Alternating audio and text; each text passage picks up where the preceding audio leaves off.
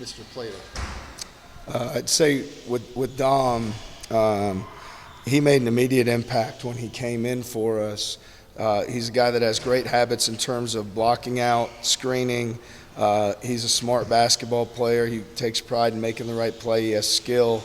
And then on the other end, he has personal pride in being able to give to our defense. So I think he's continuing to work on, like, the speed of the game is probably a little faster, maybe a little more physical than what he's been used to, but we've seen consistent progress of him moving forward, and a guy that understands he's got to continue to improve, so he's been very coachable, which is important. How much has the gap closed in terms of physicality with European players versus players stateside, where it used to be pretty vast? It was considered much more finesse style basketball there, but it seems like physicality has started to take root, and there's not as big of a gulf between the two. Yeah, absolutely. I think the opportunities that international players have now, I think there's certainly the skill development piece, but I think at younger ages they're playing against older players, so they have more, understanding how physical. You take a guy like Dom, and he's played on their professional team and practiced against those guys, so he knows what that's like.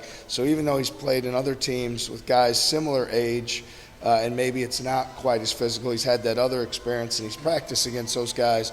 So I think that's what's changed, is those guys when they're 16, 17 years old start going to the pro clubs and playing with those guys, and now they see how physical, how real it needs to be at the professional level. How have you come around on going over there and recruiting guys? It sounds like Nate has a pretty big role over there, but kind of curious, like, your history with going over to Europe. And Luka, I wasn't sure if you were involved with him much. Yeah, so Nate Schmidt's done a tremendous job. He's really, gone over a lot to Europe and very aware of the guys there.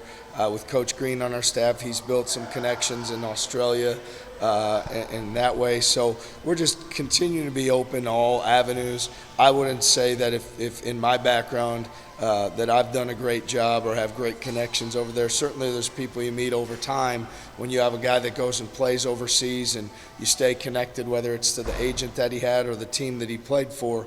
I would say for me that's more of what it's been. I haven't been over there and traveled as much, so a lot of credit certainly on Dom and on Killian goes to Nate Schmidt and the efforts that he's made to continue to go over there.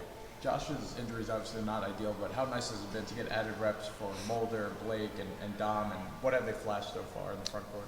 Yeah, it has been good. And look, truthfully, Joshua Jefferson came off an injury going into last season. Played significant minutes, especially down the stretch. He's playing 35 minutes a game. So in some ways, this probably has been a blessing in disguise, both for his body to bounce back and rest, and then also to give other guys opportunities, as you mentioned, to get Eric Mulder some reps at the 4, another lineup that is possible for us, as well as, 4-guard lineups. And then, I think with Dom, Eric, and Blake, what they're going to find when they play with Joshua is that because he's such a great passer and commands so much respect in double teams, that those guys are going to get much easier baskets here and there because of the attention Joshua garners and his ability to pass and make plays for them. Any update on Joshua right now? Yeah, he's out of the cast. He's got a splint on. I mean, when we start up again in the fall, we've got 2 more weeks of the summer. It doesn't seem like it'd make any sense to try to rush and bring him back anyway at this point. And so for him, it's about doing the things he needs to do every day to get his body feeling better. And, we fully expect when we start again, whatever it is, August 24, that he'll be full go for everything and back in the fold. Where has Don maybe surprised you down there? I think for him, he has an innate ability to score the basketball. He knows how to seal and create angles. He does a terrific job of creating space. And so those things have been very beneficial for us. And then I said, he has the habits to go to the glass every time, which is important to keep possessions alive and get second chance points. Where has Bateman been most impressive to you as a true freshman?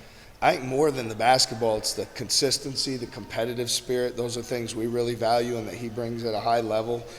He's somebody that takes tremendous pride in making the right play on offense. And then on defense, he's a guy that, He's relentless with his pressure, activity level, and those things are really important. You don't often see freshmen that are able to sustain it. We've done it for 6 weeks. He's been terrific for 6 weeks. He's brought effort, energy, enthusiasm, a desire to make the right play. So as a freshman, that is really impressive and something that's definitely caught my attention.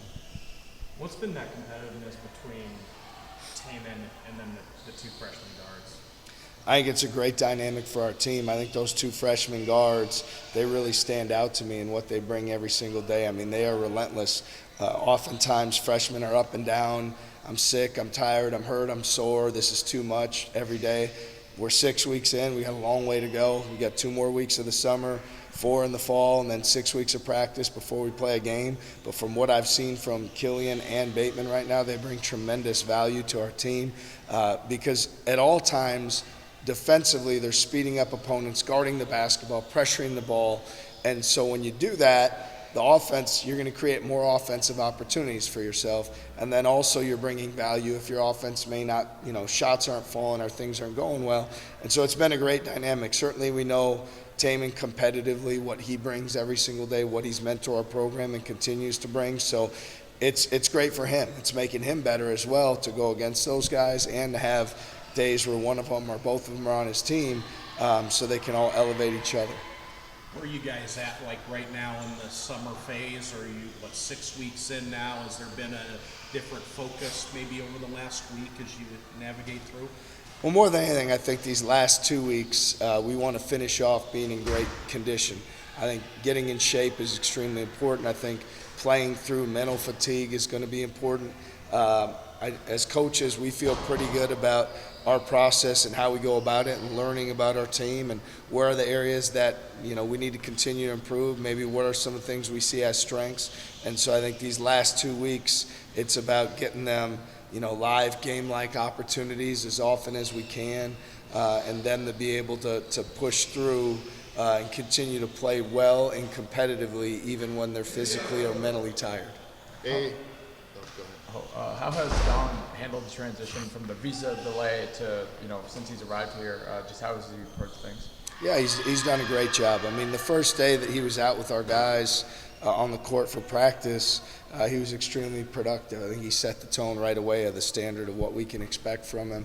I think that first impression is really a big deal, and he's continued to work every single day. I think the conditioning piece and the speed of the game are the 2 areas he needs to continue to embrace. So he's made the choice to do extra conditioning on his own every day, which is huge. And then I think just getting used to the speed and the pressure, if he can do it against our guys every single day and the effort that they bring, it's going to prepare him very much for what the season holds. How maybe underappreciated or unheralded is the way Nate Heisey played offensively down the stretch last season, and how has he built on that in the offseason? Yeah, I think the last 7 games, to me, we saw a greater visual picture of what we want Nate Heisey to be and what it looks like. And I think it comes down to offensively being a productive player, whether it's shooting the 3, cutting on the backside, driving a closeout, making an extra pass. He has the ability to do all those things at a really high level. I think you build the habit of being aggressive every single day, and then you play aggressively. And last year, I think we went in swings, but we saw at the end what it needs to look like. And I think he even has a step beyond that where he can impact his teammates with his personality, with his experience, with his mindset, with his care. All those things are going to be important, as well as being aggressive offensively and making the defense pay. With Curtis's new NBA contract, what does it do for this program to just have another guy in the league? Yeah, no, it's always great when guys, can come into your program and develop and continue to get better and build their confidence and create opportunities for themselves. Really proud of Kurt. Certainly when he came in, I don't think this is what anybody maybe expected, including Kurt, but he continued to work hard. He did it every single day. He pushed himself through some of the challenges he had midway through the first year where confidence needed to continue to grow, and at the end of last season was playing as confidently as any guard in the country, and then that carried over for him to Summer League. So when guys do that, it should give other guys confidence that I can do that as well. I can be in that position. I can accomplish these things in this program. I will get better. I will get opportunities. And then, if that's a goal of yours that you work for every single day and you're committed to, that it can become a reality. And then George back for, I think, his 8th year. How cool is it just to have him around this building? Yeah, it's terrific to have George around. He's meant so much to our program for so many years. Obviously, the impact he had when he was playing and the success and the wins and taking our program to a higher level. And then now seeing how he gives back to the community, what he does with the camp and the trivia night and the golf outing and all these things. It's great for our guys to see. I love having them be part of it, to see the impact and the legacy that he's created in Ames and the connection with so many people. So George means a tremendous amount to our program. He's done so much for our program, and we're always thankful, appreciative when we're able to have him back around and spend the time with him.